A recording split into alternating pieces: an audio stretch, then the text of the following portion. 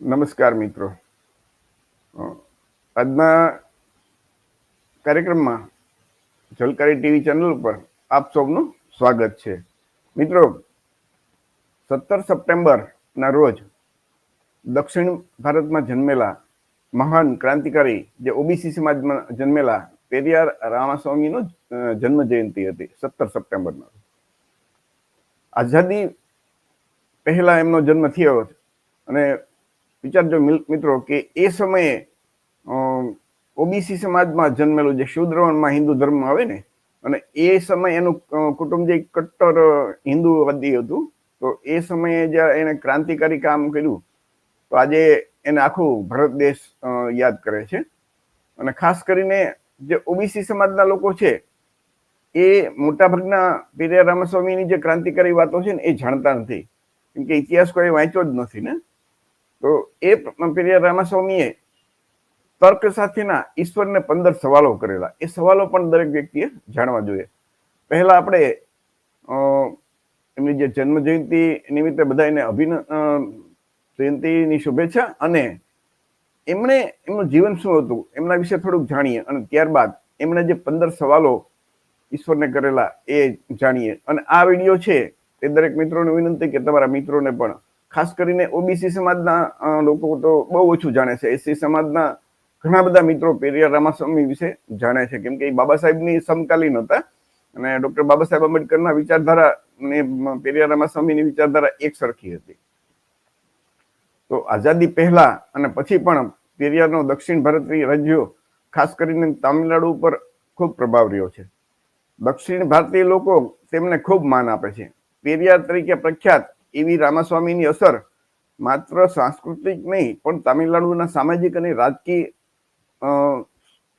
પરિદ્રશ્યો પણ એટલી જ એની ઊંડી અસર થઈ છે. ભલે તે સામ્યવાદી ચળવળ હોય કે બીજી કોઈ આંદોલન હોય, પણ લોકો એનાથી પ્રભાવિત થયા છે.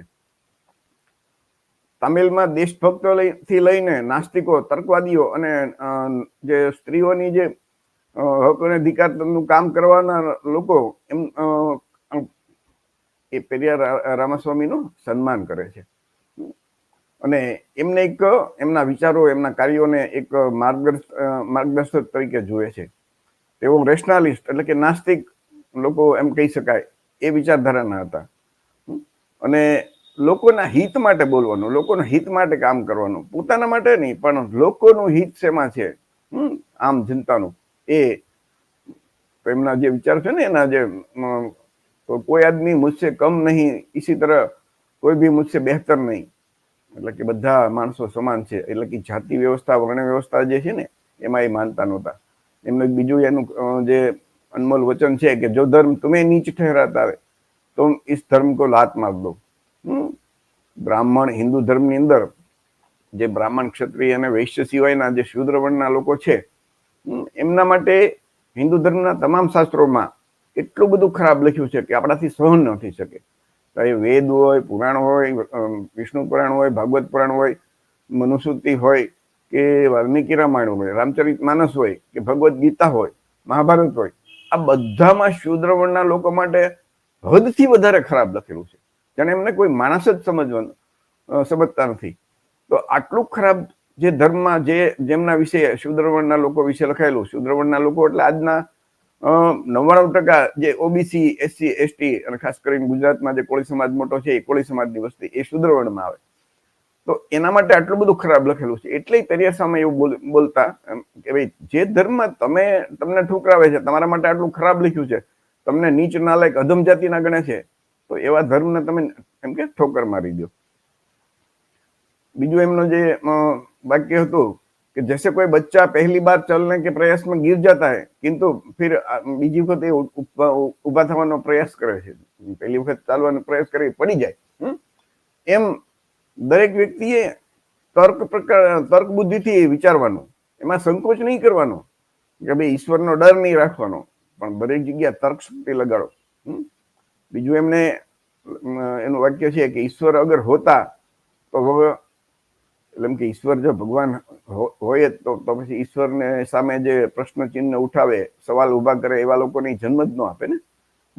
ઈરોડ વેંકર નાયકર રામાસ્વામી નો જન્મ 17 સપ્ટેમ્બર 1879 અને એમનું મૃત્યુ 24 ડિસેમ્બર 1973 ના રોજ થયેલું. પેરિયાર તરીકે વધુ જાણીતા 20મી સદીના તામિલનાડુના મહત્વ અને લોકપ્રિય રાજકારણી હતા. તેમના શીર્ષક પેરિયારનો અર્થ વાસ્તવમાં તમિલમાં એક આદરણીય વ્યક્તિ થાય, એટલે કે પેરિયાર એટલે એમ કેમ આપણે માન સન્માનની એવો એનો અર્થ થાય છે. બીજું એમનું જે હિન્દીમાં વાક્ય છે કે દેશ કી બर्बादी का हर व्यक्ति जिम्मेदार है, जिसे लगता है कि शिक्षा, चिकित्सा, रोजगार से ज्यादा महत्वपूर्ण धार्मिक मुद्दे है. એટલે એમ કે ભાઈ શિક્ષણ, આરોગ્ય અને રોજગાર કરતા જે લોકો ધર્મને વધારે મહત્વ આપતા હોય એ લોકો હંમેશા બરબાદ થવાના છે અને એ બરબાદી માટે એ જ જવાબદાર છે. બીજું એમનું વાક્ય છે કે માનવ જાતિ કે હોને કે બાવજૂદ ભી માનવ સે પૂછતે આપ કોણ હે, આપ કોણ સી જાતિ હે. એટલે તમે જોવો ને તો બધા આપણે માણસો છીએ, છતાં એકબીજાને મળીએ ત્યારે પૂછીએ કે તમે કેવા. એટલે ભાઈ તમે કેવા માણસ જ દેખાય છે સામે. માણસમાં તો કઈ બે હોય ને, પુરુષ હોય કે સ્ત્રી હોય. તો એ રામાસ્વામીનું પેરિયારનો એ સરસ મજાનું વાક્ય હતું. ભાઈ એક શરમ આવી જોઈએ આપણને કે માણસ તરીકે હોય માણસને પૂછી તમે કેવા. હવે તેઓ રૂઢિચુસ્ત હિન્દુત્વના સખત વિરોધી હતા. જસ્ટિસ પાર્ટીની રચનાનો તેમણે એક સિદ્ધાંત વિરુદ્ધ એમ કે એક હિન્દુવાદની જે વિચારધારા છે ને એની વિરુદ્ધમાં એને જસ્ટિસ પાર્ટીની રચના કરી હતી. તેમણે ભારતમાં ભણાવવામાં હિન્દીના ફરજિયાત ઉપયોગનો પણ સખત વિરોધ કર્યો હતો. ઉત્તર ભારતીય હિન્દી ભાષા વિસ્તારોમાં તેમની લોકપ્રિયતા ઓછી હોવા છતાં આજે ધીમે ધીમે વધી રહી છે. શરૂઆતમાં ઉત્તર ભારત જે હિન્દી ભાષી ભારત છે ને એમાં પેરિયારના લોકો જાણતા નહીં, પણ ત્યાં જે ઉત્તર ભારતના પેરિયાર એવા લલયસિંહ યાદવ, જે એમને પેરિયાર રામાસ્વામીની પુસ્તકોનું હિન્દીમાં અનુવાદ કર્યો અને એમની જ વાત એમને જે યાદવ સમાજમાં જન્મેલા લલયસિંહ યાદવ, તો એ એમણે પેરિયારને ત્યાં ઉત્તર ભારતમાં પહોંચાડ્યા. ભારતીય ખાસ કરીને દક્ષિણ ભારતીય સમાજના શોષિત અને દલિત લોકોની સ્થિતિ સુધારવા અને તર્કસંગત સાંસ્કૃતિક ચળવળ ચલાવવામાં તેમનું નામ ટોચ ઉપર છે. પેરિયારની મૂર્તિઓની નીચે લખેલું હતું કે કોઈ ભગવાન નથી અને કોઈ ભગવાન નથી. જેણે ભગવાનને બનાવ્યો તે મૂર્ખ છે, જે ભગવાનનો ઉપદેશ આપે છે તે દુષ્ટ અને ભગવાનની પૂજા કરે છે તે અસંસ્કારી છે. આવી એમની વિચારધારા હતી. એનો જે હિન્દીમાં એક એનો જે અનમોલ વિચાર હતો કે એક ઘડી આબાદ આજ અછૂતો કે રૂપ में એક બડી આબાદી કે અસ્પૃશ્ય લોકોમાં છે, અને એમાં મોટા ભાગે તમે જુઓ ને તો ગરીબ લોકો જે આ છે બધા, તો એની સાથે કેટલો ધર્મના નામે ભેદભાવ કરવામાં આવે છે. શૂદ્ર વર્ણના લોકો સાથે, એસસી સાથે, એસટી સાથે, ઓબીસી સાથે. તો જે ધર્મની અંદર ભેદભાવ કરવામાં આવે એને ધર્મ કેવી રીતે કહી શકાય. બીજું એનું હિન્દીમાં છે કે સભી મનુષ્ય સમાન રૂપ से पैदा होते हैं तो अकेले ब्राह्मण कोई उच्च और बाकी सबको नीच कैसे ठहराया जा सकता है. તમે જુઓ ને તો હિન્દુ ધર્મના તમામ શાસ્ત્રોમાં ફક્ત બ્રાહ્મણ શ્રેષ્ઠ છે. ક્ષત્રિયનો બીજો નંબર, વાણિયાનો ત્રીજો નંબર અને શૂદ્રનો તો વારો પાડી દીધો બધા શાસ્ત્રોમાં. એટલું એના વિશે ખરાબ લખ્યું છે. બીજું એનું વાક્ય છે કે ઈશ્વર કી સત્તા સ્વીકારને મેં કિસી બુદ્ધિમત્તા की आवश्यकता नहीं है. જો બરોબર સાંભળજો કે ઈશ્વરની તમારે સત્તા સ્વીકારવામાં કે ઈશ્વરને માનવામાં બુદ્ધિની જરૂર જ નથી, પરંતુ નાસ્તિક બની અને જે પ્રશ્ન તમે કરો, તર્કબદ્ધ કરો, એમાં ખૂબ જ બુદ્ધિની જરૂર છે. એટલે ઘણી વખત ઘણા ભક્તો હોય ને એ આમ એમ ગમે ત્યારે કોઈકને ગાળી ગલોચ કરતા હોય અથવા તો કોમેન્ટ કરવા મળે અંધભક્તો, પણ એમાં બુદ્ધિની જરૂર જ નથી. ખરેખર તો જે આવા પેરિયાર રામાસ્વામી જેવા એ ઓબીસી સમાજમાં જન્મેલા છે, પણ મૂર્ખ ઓબીસી તમે જોજો ને એવા કેટલાય અંધભક્તો હશે કે જે એના આ પેરિયાર જે ઓબીસી પેરિયાર છે એની વાત નહીં સાંભળે, અને જે મનુવાદી બ્રાહ્મણવાદીઓ જે વાત કરી છે ને એમની વાતમાં આવશે. મીન્સ કે પોતાના બાપને બાપ નહીં માને, ગામના જે બ્રાહ્મણોના બાપને એ બાપની બાપ દાદાની વાત માનશે. આપણે ગુજરાતીમાં પછી આગળ વાંચીએ કે ભગવાનને આવા કડક શબ્દોમાં એમને 15 પ્રશ્નો કર્યા હતા. એટલે કે ભગવાનને આવા કડક શબ્દોમાં પ્રશ્ન કરવાને કારણે રૂઢિચુસ્ત ભારતીય સમાજ દ્વારા પેરિયારને સતત, એ વખતે તો રૂઢિચુસ્ત હતો સમાજ, તો એને નકારવામાં આવતા હતા. જોકે આજે જ્યારે ભારતમાં સોશિયલ મીડિયાના કારણે નાસ્તિકવાદ અને તર્કસંગત ચળવળ સતત ફેલાઈ રહી છે અને નાસ્તિકોની સંખ્યામાં વધારો થઈ રહ્યો છે, ત્યારે લોકો તેમના નિવેદનો, તેમના સિદ્ધાંતો, પ્રશ્નો વગેરેનો મોટા પ્રમાણમાં પ્રચાર કરી રહ્યા છે. એટલે કે એના સમયમાં લોકો થોડો ઘણો એનો વિરોધ કરતા હતા, પણ અત્યારે વર્તમાન સમયમાં આખા ભારતની અંદર તમે જુઓ ને તો પેરિયાર ને એવો એક પણ વ્યક્તિ જે થોડોક સમજદાર હશે તો એને એવું નહીં હોય કે એમને ઓળખતો નહીં. એમની વિચારધારા છે એ હું તો કહું દરેક એસસી એસટી ઓબીસી ના લોકોએ, કોળી સમાજના લોકોએ એ વાંચવી જોઈએ, જાણવી જોઈએ. એ તો પોતે ઓબીસી હતા અને ઓબીસી સમાજમાંથી આવેલા છે તો એમને તો દરેક ઓબીસી એ જાણવું જોઈએ. મહાન તર્કવાદી, નાસ્તિક અને સમાજ સુધારક પેરિયાર દ્વારા ભગવાનને કયા પ્રશ્નો પૂછવામાં આવ્યા હતા ને એ આપણે પછી આપણે જાણીએ. હવે ઈશ્વરને આ જે 15 સવાલ કર્યા ને એ આપણે જાણીએ. દરેક મિત્રો ધ્યાનથી સાંભળજો અને આ 15 સવાલ છે એ તમારા મિત્રોને પણ કહેજો કે જુએ અને સાંભળે. પહેલો સવાલ છે કે ઈશ્વરને એમણે પૂછ્યું કે શું તમે ડરપોક છો જે હંમેશા છુપાયેલા રહે છે મંદિરની અંદર, પોતાની જાતને ક્યારેય કોઈની સામે જાહેર કરતા નથી. એટલે મોટું મંદિર બનાવ્યું હોય એમાં તમે એમ કે તેમાં બેઠા રહ્યો છો, બહાર નીકળીને લોકોના જે સમાજમાં છે, વિસ્તારમાં, ગરીબ વિસ્તારમાં કોઈ પૂર આવ્યું તો ત્યાં તમારે જવું જોઈએ ને, આવી રીતે કોઈ સંકટમાં હોય ત્યાં જવું જોઈએ. આવી રીતે તમે મંદિરમાં જ બેઠા રહ્યો તો શું કે તમને બહાર જતા ડર લાગે છે? આ એનો પહેલો પ્રશ્ન. બીજો પ્રશ્ન, શું તમે એવા ખુશામતખોર છો કે જે લોકોને રાત દિવસ પૂજા પાઠ કરાવો છો? તમે ઈશ્વર છો તો બધા જે માણસો છો તો એ તો તમારા બાળકો કહેવાય ને. તો રાત દિવસ જે તમારી ખુશામત કરે, પૂજા કરે, કીર્તન કરે, તમારા વખાણ કરે, એને તમે એમ કે આશીર્વાદ આપો, એવું છે? તો તમે એમ કે ખુશ નથી? ઘણી વખત ઘણા ચાપલુસી કરતા હોય તો એના ઘણા નેતાઓ, આપણા રાજકીય નેતા હશે કે એની ખુશામત કરે ને તો એને બહુ ગમે. ઘણા એવા રાજકીય નેતાઓ, સામાજિક નેતાઓ કે એની ચાપલુસી કરે, એની ખુશામત કરે ને તો એને ગમે. તો પેરિયારે તો ઈશ્વરને પૂછ્યું કે તમારી એવી રીતે ભક્તિ કરીને તમે ખુશામત કરશો કે જે રાત દિવસ તમારી પૂજા પાઠ કરે, એની લોકો પાસે કરાવ રાખો છો. લોકોને કહ્યું ને કે ભાઈ ગરીબ લોકોને કે જે માણસને મદદ કરે, મારી પૂજા કે કીર્તન કરવાની શું જરૂર છે? એવું તમારા ભક્તોને તમે કેમ નથી કહેતા? ત્યાર પછી ત્રીજો પ્રશ્ન, શું તમે હંમેશા ભૂખ્યા રહો છો કે લોકો પાસેથી મીઠાઈ, દૂધ ને ઘી, લાડુ, આન, 56 ભોગ ને ખાતા જ રહ્યો?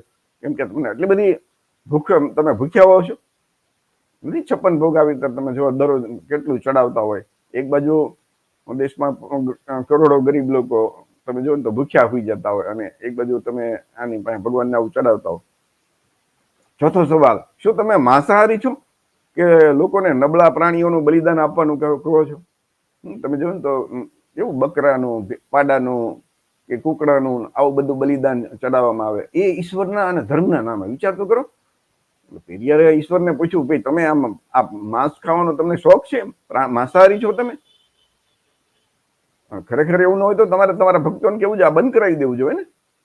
તો તમે જુઓ ને તો એ દરેક સમાજની અંદર, જે ખાસ કરીને એસસી એસટી ઓબીસી ના સમાજના લોકો તમે જુઓ ને તો આવું ક્યાંક ને ક્યાંક એ પશુ બલિની તમને જોવા મળતું જ હશે.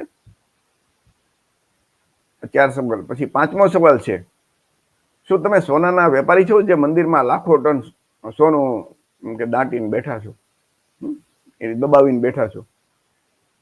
એવું કહેવાય છે મિત્રો કે દેશની અંદર જેટલા મોટા મોટા મંદિરો છે, પદ્મનાભ મંદિર, તિરુપતિ, પછી મહારાષ્ટ્રનું જે સિદ્ધિવિનાયક મંદિર, આપણા સૌરાષ્ટ્રનું છે એ સોમનાથ મંદિર, અંબાજી મંદિર, એવા જેટલા ભારતના મોટા મંદિર છે ને બધાનું જો સોનું ભેગું કરવામાં આવે, જગન્નાથ મંદિર થી લઈને બધાનું, તો એટલું બધું સોનું છે અને આ બધા હીરા અને જવેરાત છે કે ભારતની અંદર એક પણ વ્યક્તિ ગરીબ ન રહે.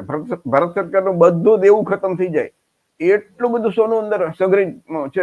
એટલે એમને સવાલ પૂછ્યો કે તમે સોનાનું શું કરો છો? તમે કે વેપાર કરો છો કે તમે આવી રીતે દાટીને બેઠા છો? એટલે ખરેખર તો એમને સવાલ ઈશ્વરને પૂછ્યો હતો, પણ આપણે સમજવાનું છે કે જે એના જે ઈશ્વરના એજન્ટ બનીને બેઠા છે ને, જે મનુવાદી, બ્રાહ્મણવાદીઓ, બ્રાહ્મણ, પંડિત, પૂજારી, ખરેખર તો એ એના ઉપર કબજો જમાઈને બેઠા છે. ઈશ્વર હોત તો આવું થવા જ ન દેત ને. 6થા નંબરનો સવાલ, શું તમે વ્યભિચારી છો જે મંદિરોમાં દેવદાસીઓને રાખે છે? તમને ખબર છે ને ભારતની અંદર પેરિયાર રામાસ્વામીના સમયમાં તો ખાસ કરીને દેવદાસી દક્ષિણ ભારતમાં પ્રથા હતી કે જે શૂદ્ર વર્ણના ઓબીસી, એસસી, એસટી સમાજની જે દીકરીઓ હોય ને, કુંવારી, એમને મંદિરમાં દાન આપી દેવાને અને એના ઈશ્વર સાથે લગ્ન કરે અને એ દેવદાસી તરીકે બ્રાહ્મણ પૂજારી પંડાઓ જે છે કે એ પુરોહિતો એનો ઉપયોગ કરે એટલે વેશ્યા જેવું એનું જીવન જીવવું પડતું હતું. અને એ ધર્મ અને ઈશ્વરના નામે આવી આપણી દીકરીઓની ખરાબ દશા થતી, પરંતુ એના મા બાપ તો ખુશ થતા કે આપણે એ દીકરી દાનમાં આપીએ એટલે આપણો ઉદ્ધાર થઈ જશે. ખરેખર દીકરી બરબાદ, આખી જિંદગી બરબાદ કરીને મા બાપને આવું ફસાવવામાં, ધર્મ અને ઈશ્વર નામે એવું ફસાવવામાં આવતું કે તમારો કુટુંબનો ઉદ્ધાર થઈ જશે, તમારી 7 પેઢીનો ઉદ્ધાર થઈ જશે, તમારી દીકરી દાનમાં આપો.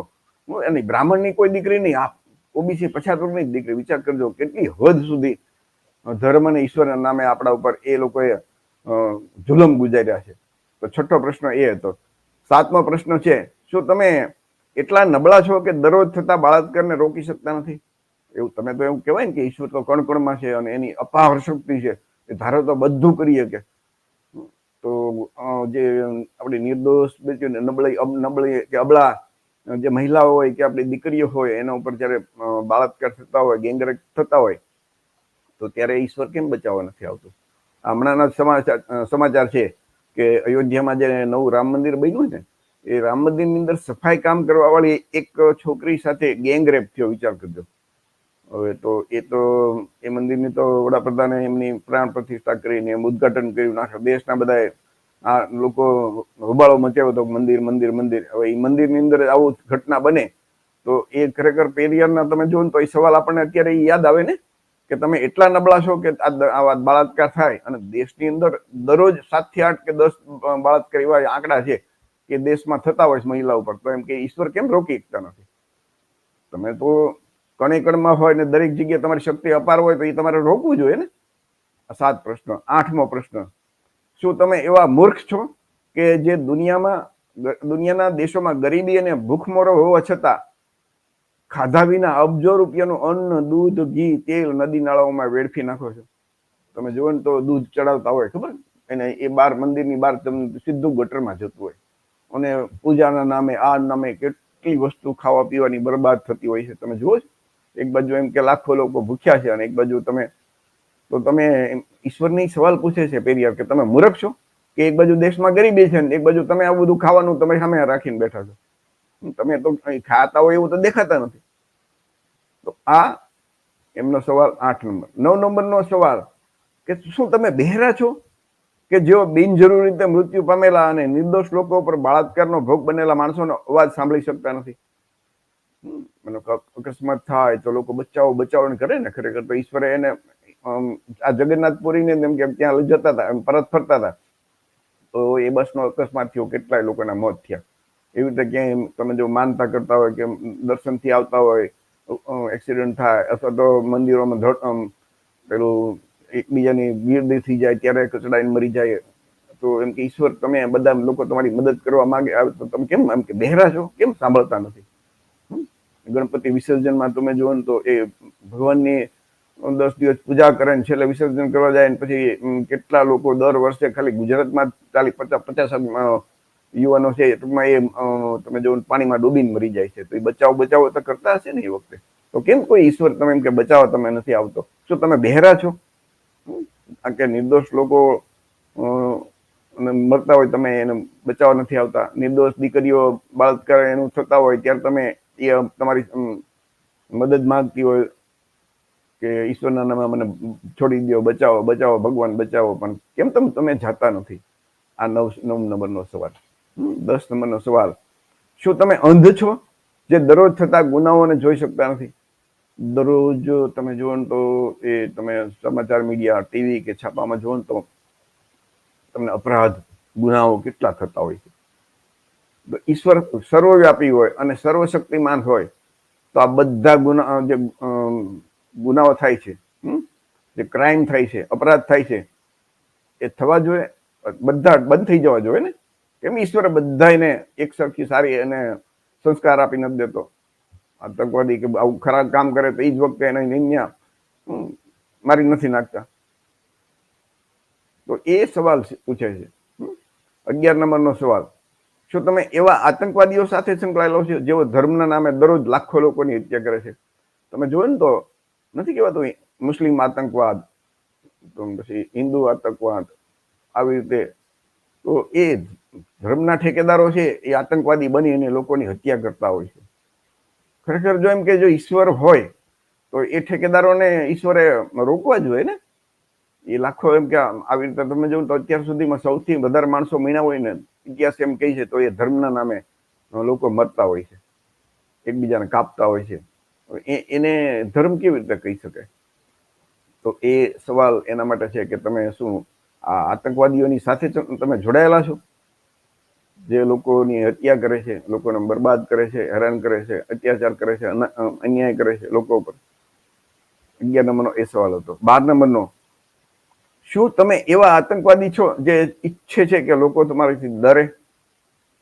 મોટા ભાગના તમે જુઓ ને તો ધર્મ ભીરું હોય, એટલે ધર્મથી ઈશ્વરના નામે ડરતા હોય, એની સામે તર્ક બુદ્ધિથી બોલતા ડર લાગે. માતાજી કે ભગવાનના નામે એટલા ડરતા હોય કે તમે જુઓ તો એ ડરનો ઉપયોગ કરીને તમે જુઓ તો ઘણી વખત તો ભૂવા ભરાડી કે આ બધા જે બધા ધર્મના નામે ધંધો કરતા હોય એ લોકોને છેતરતા હોય કે આવું નહીં કરે તો આમ થશે તારું, ઈશ્વર તારું એટલું બગાડી નાખશે.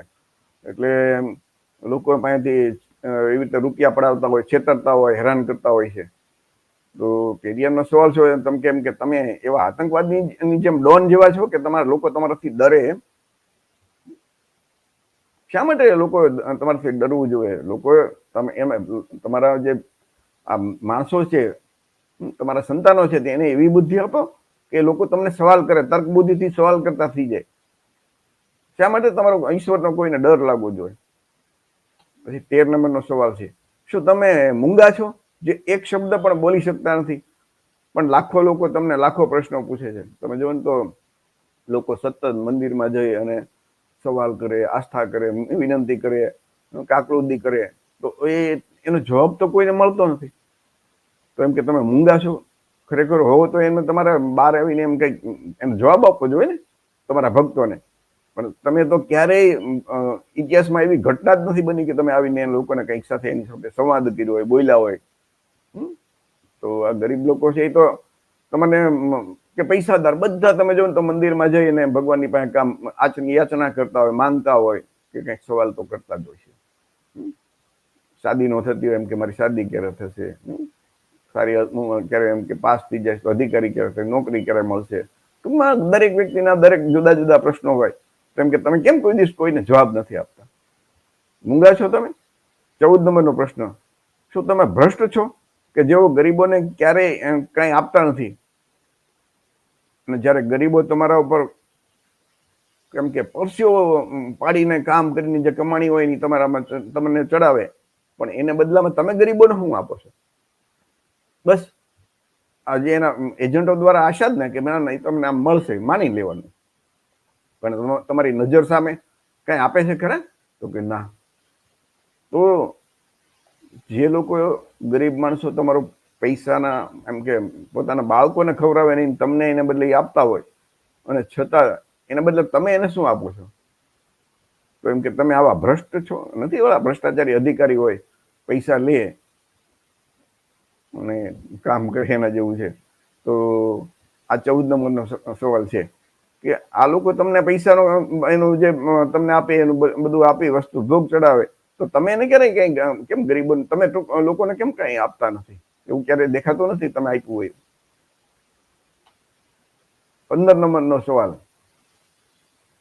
કે શું તમે મૂર્ખ છો કે આજના અમારા જેવા નાસ્તિકો બનાવ્યા છે જે તમને જૂઠું બોલતા રહે છે અને તમારા અસ્તિત્વનો ઇનકાર કરે છે? જો આ સવાલ બહુ અગત્યનો છે. જો દુનિયામાં ઈશ્વર હોય, આ કેરિયર રામાસ્વામીનો જે છે ને એ અગત્યનો સવાલ છે કે જો ઈશ્વર હોય તો માણસ જાતની રચના ઈશ્વરે કરી છે. તો ઈશ્વર એવા એક પણ વ્યક્તિની દુનિયા ઉપર રચના ન કરે કે જે ઈશ્વરને સવાલ કરે. ઈશ્વર હોય તો ઈશ્વરને સવાલ કરે એવા માણસની ઈશ્વર રચના જ ન કરે, એનો જન્મ જ ન આપે. તો એનો મતલબ કે નાસ્તિક અત્યારે તો એમની કરોડો લોકો નાસ્તિક છે જે ઈશ્વરને સવાલ કરે છે. તો એમનો 15 નંબરનો કે તમે મૂર્ખ છો કે અમારા જેવા નાસ્તિકને તમે બનાવ્યા? જો ઈશ્વર જ બધું કરતા હોય, ઈશ્વર દ્વારા માણસનું સર્જન થયું હોય, તો કે તમે મૂર્ખ છો કે અમારા જેવા તમને જે સવાલ ઉભા કરે, તમારી સામે પ્રશ્નો કરે, તર્ક બધું તમારા અસ્તિત્વનો ઇનકાર કરી દે, તો એવા વ્યક્તિને તમે શા માટે જન્મ આપો છો? તો મતલબ કે એને ઈશ્વરને આ જે સવાલ છે ને, જે સમજાઈ જશે ને જે લોકોને, એ કોઈ દિવસ ક્યારે અંધશ્રદ્ધામાં, પાખંડમાં, અંધવિશ્વાસમાં નહીં ફેલાય. કે જો ખરેખર ઘણી વખત તો ઈશ્વરની બાબતે કોઈ બોલે ને, તો જેને એના અંધભક્તો હોય ને, ઈશ્વરનો ઉપરાણું લઈ અને એ લડાઈ ઝઘડો કરવા દોડતા હોય છે. ખરેખર એને ખરેખર હું તો કોઈ ભક્તો છે જ નહીં, અંધભક્તો છે. એનું કારણ કે જો એને ઈશ્વરની શક્તિમાં કે એના માતાજીની શક્તિમાં કે દેવ કે દેવીની શક્તિમાં વિશ્વાસ હોત, તો એવું વિચારે કે મારો ઈશ્વર, મારો દેવ કે મારા દેવી કે દેવતા જે છે, જેને એ માને છે, એ એની જરૂર જેની ટીકા કરી છે, કે ઈશ્વર વિશે ખરાબ બોલ્યો છે, એનો ઇનકાર કરે છે, એને સજા આપશે. આ તો ઈશ્વરનો ઉપર એને વિશ્વાસ જ નથી, એટલે એ ઈશ્વર ઉપર નથી છોડતા, એ પોતે સામે નીકળી પડે છે અને ગાળી ગલોચ અને મારામારી કરવા ઉતરી પડતા હોય છે ઘણી વખત. તો આવા લોકો છે ને, એ ખરેખર તમે જુઓ ને તો એને ઈશ્વર, એના પોતાના દેવ કે દેવી કે ઈશ્વર કે માતાજી ઉપર ભરોસો હોતો જ નથી. જો ખરેખર ભરોસો હોય તો એવું વિચારે ને કે જેના વિશે, જે ઈશ્વર વિશે કે જે દેવતા વિશે કે જે દેવી વિશે કોઈ બોલ્યું હોય, તો એ ઈશ્વર, દેવ કે દેવીમાં એટલી તો શક્તિ હશે ને કે એનો બદલો લઈ લેશે. એમાં કોઈ એના અંધભક્તો એના વકીલ કે એજન્ટ થઈ થવાની શું જરૂર છે? ઈશ્વર કરતા વધારે એના ભક્તો તો પાવરફુલ નથી ને, કે દેવ દેવી કરતા. તો આ એમનો એ બહુ આ જો સવાલ સમજાઈ જશે ને, તો લોકોના અંદરો અંદર જે ધર્મ કે દેવી કે દેવતાના નામે જે લડાઈ ઝઘડા એક બાને થતા હોય ને, એ બધું બંધ થઈ જશે. જ્યોતિબા ફૂલે નું એક સરસ છે ને વાક્ય, કે દુનિયામાં જેટલી પણ જે કાંઈ જે વિકાસ થયો છે ને, તો નવી નવી શોધ થઈ હોય છે, તો એની પાછળ નાસ્તિકોનો હાથ હોય છે. નાસ્તિકનો હાથ હોય છે. બાકી આસ્તિક હોય ને, એ તો ભગવાન ભરોસે બેઠા હોય છે હંમેશા. કાંઈ નહીં થાય તો એમ કહી દે નસીબમાં નહીં હોય, લ્યો. અને એ મોટા ભાગે તમે જુઓ ને તો એ કામ કરવામાં આળસુ બહુ હોય, એમ કે ઈશ્વર નસીબમાં છે તો મળવાનું જ છે ને, આવું કરીને એ બેઠી જાય. કણ કણમાં ભગવાન આ તે ને એવી બધી ઈશ્વરની ઈચ્છા વિના પાંદડું ન હલે, એટલે આવી બધી જે વાતો કરે ને, એ કોઈ દિવસ તમે જો ને તો દુનિયામાં જેટલો વિકાસશીલ દુનિયા વિકાસ પામી છે ને, એમાં આ આસ્તિકોનો કોઈ હાથ નથી, બધા નાસ્તિકો જ હશે. અને દુનિયાના જેટલા શ્રેષ્ઠ વૈજ્ઞાનિકો હશે ને, બધા જેને નવી નવી માનવ જાત માટે એક ઉત્તમ શોધો કરી છે, એ બધા તમે જો ને તો નાસ્તિક હશે. તો જે બાબા સાહેબે જે 22 પ્રતિજ્ઞા આપી હતી ને, એ ક્રાંતિકારી પ્રતિજ્ઞા છે મિત્રો, એ વાંચજો. અને બાબા સાહેબની જે 22 પ્રતિજ્ઞા છે, જેને સમજાઈ જાય ને, એક પાનામાં આવી જાય 22 પ્રતિજ્ઞા, અને એક પાનાની 22 પ્રતિજ્ઞા જે ઓબીસી, એસસી, એસટી સમાજના લોકો અને ભારતની તમામ મહિલાઓ જેમને માનવી અધિકાર, એટલે કે ઓબીસીમાં આવી જાય કોળી સહિત 146 જ્ઞાતિ ગુજરાતમાં, એસસી એ દલિત સમાજ, એસટી એટલે કે આદિવાસી સમાજ, અને ભારતની મહિલાઓ, તમામ મહિલાઓ, આ લોકોને જે માનવી અધિકાર મળ્યા ને, સારા કપડાં પહેરીને જે ફરે છે, બોલે છે, મતનો અધિકાર આપે, નોકરી કરે છે, કે તો એ કોને કરે ને? ડોક્ટર બાબા સાહેબ આંબેડકરને કરે. અને એ ડોક્ટર બાબા સાહેબ આંબેડકર એના જીવનના અંત સમયે 22 પ્રતિજ્ઞા આપી કે તમારે જો તમારો ઉદ્ધાર કરવો હોય ને તો આ 22 પ્રતિજ્ઞાનું પાલન કરો. તો એ ક્રાંતિકારી 22 પ્રતિજ્ઞા વાંચો તમે મિત્રો. અને એમણે તો ક્રાંતિ કરી જ, પણ પેરિયારના જે 15 સવાલ છે ને, એ પણ તમે વિચારો, સમજો.